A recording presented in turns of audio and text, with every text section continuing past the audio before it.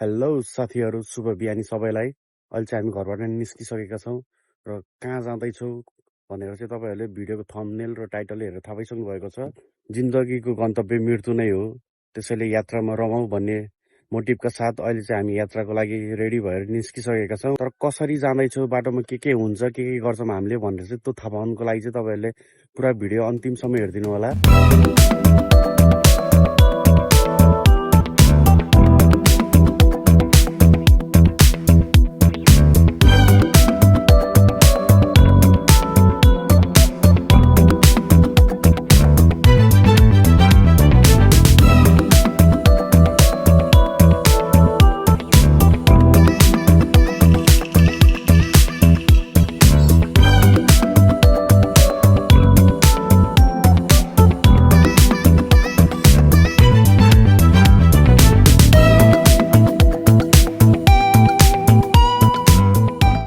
Guys हामी चाहिँ भर्खर पोखरा आइसकेको छौँ है। ट्याक्क त्यहाँ गाडी रेन्ट गरेर हामी त्यहाँ अब लाग्छौँ है। त अहिले चाहिँ हामी पोखरा पृथ्वी चौकेमा, पोखरा पृथ्वी चौकेमा।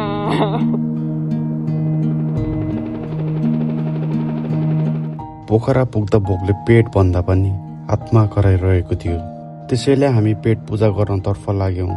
यो पालि हाम्रो गन्तव्य पोखरा मात्र थिएन, यो केवल एक विश्राम थियो। अबको हाम्रो यात्रा स्कुटरबाट कारमा परिवर्तन भयो र सुरु भयो यात्राको वास्तविक अध्याय।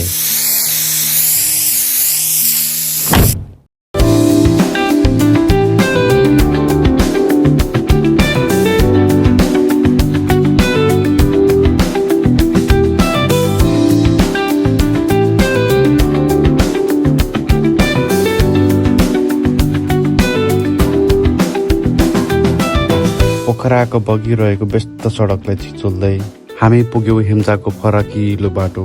बिस्तारै सहरबाट टाढा र आफैतिर नजिकिँदै गइरहेका थियौँ।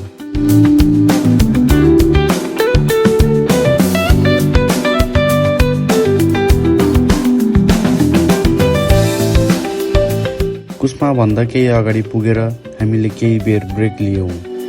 त्यो मोमेन्ट ग्रुप फोटो बिना त ट्रिप अधुरो नै हुन्छ।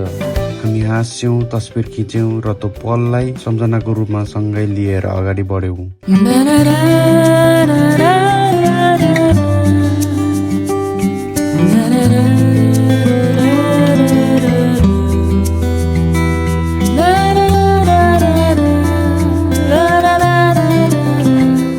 बाटोमै नेपालको झन्डा देख्यौँ।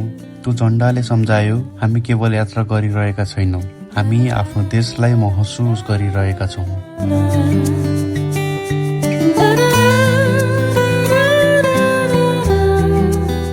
दुई विशाल पहाडको बीचमा एउटा पुल, हामी त्यहीँ रोक्यौँ। तल खोला बगिरहेको, माथि आकाश शान्त।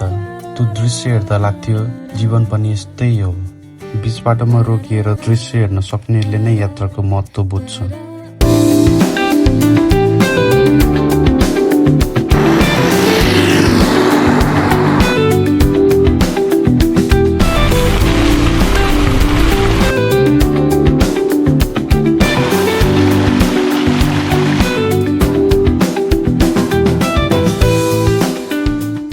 दाना पुग्दा केही चिसोपन भने महसुस हुँदै थियो। अनुहारमा थकान स्पष्ट झल्किरहेको थियो, तर नयाँ ठाउँ पुग्ने सानो मुस्कान पनि लुकेको थिएन।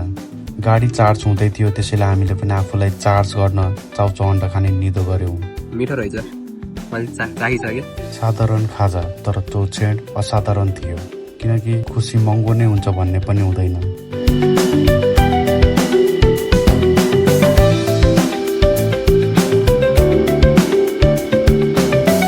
है गाइजहरू, अहिले चाहिँ हामी फाइनल्ली रूपसे झर्ना आइसकेका छौँ। पछाडि तपाईँहरू देख्न सक्नुहुन्छ पानी खसिरहेको होइन, लाग्थ्यो प्रकृतिले आफ्नै कथाहरू सुनाइरहेको छ र त्यो कथा शान्त पनि छ र शक्तिशाली पनि।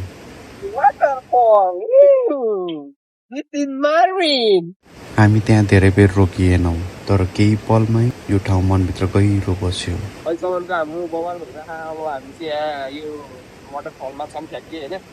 45 पिरियड भयो होइन। अब पानी पनि पर्न लागिसकेको छ। अब हामी जान्छौँ है त, ल आउनुहोस् न।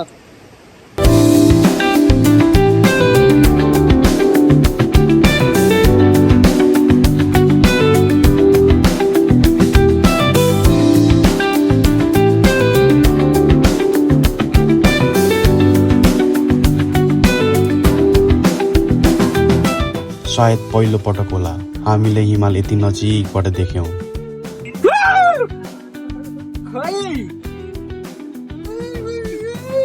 हिमालले स्वागत गरिरहेको जस्तो, तर बादलसँग लुकमारी खेल्दै।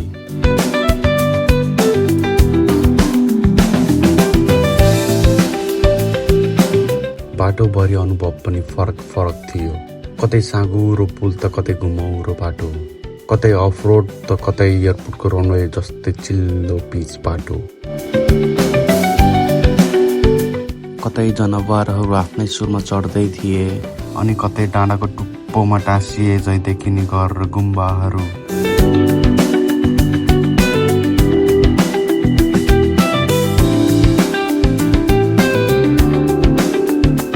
क्या राम्रो स्याउबारी मार्फा गाउँमा। यो गीत हामी धेरै पटक सुनेका थियौं।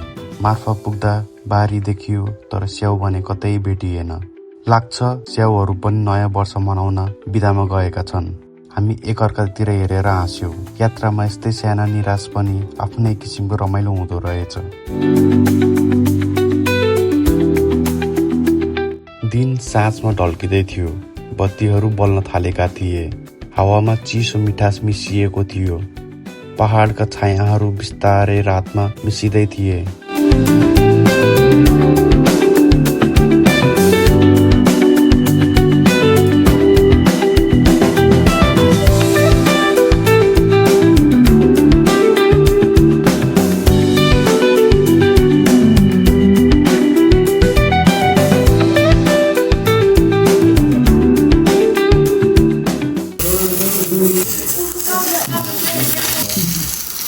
बवाल थियो खाना त होइन। ल हामी यसो खाना खाएपछि यसो वाकमा हिँड्दैछौँ होइन। हाम्रो होटेलको फेरि गेट होइन होइन, त्यतिखेर आएन गएन भयो। हाम्रो फेरि कोठा पनि ठ्याक्कै सिधै छ होइन। आएन भयो गएन भयो, मतलब छैन। किनकि अरूमा त अब गेट हुन्छ मुला होइन, चाबी लगाइदिन्छ भन्ने डर। हामी त गेटै छैन, आएन भयो गएन भयो जतिखेर।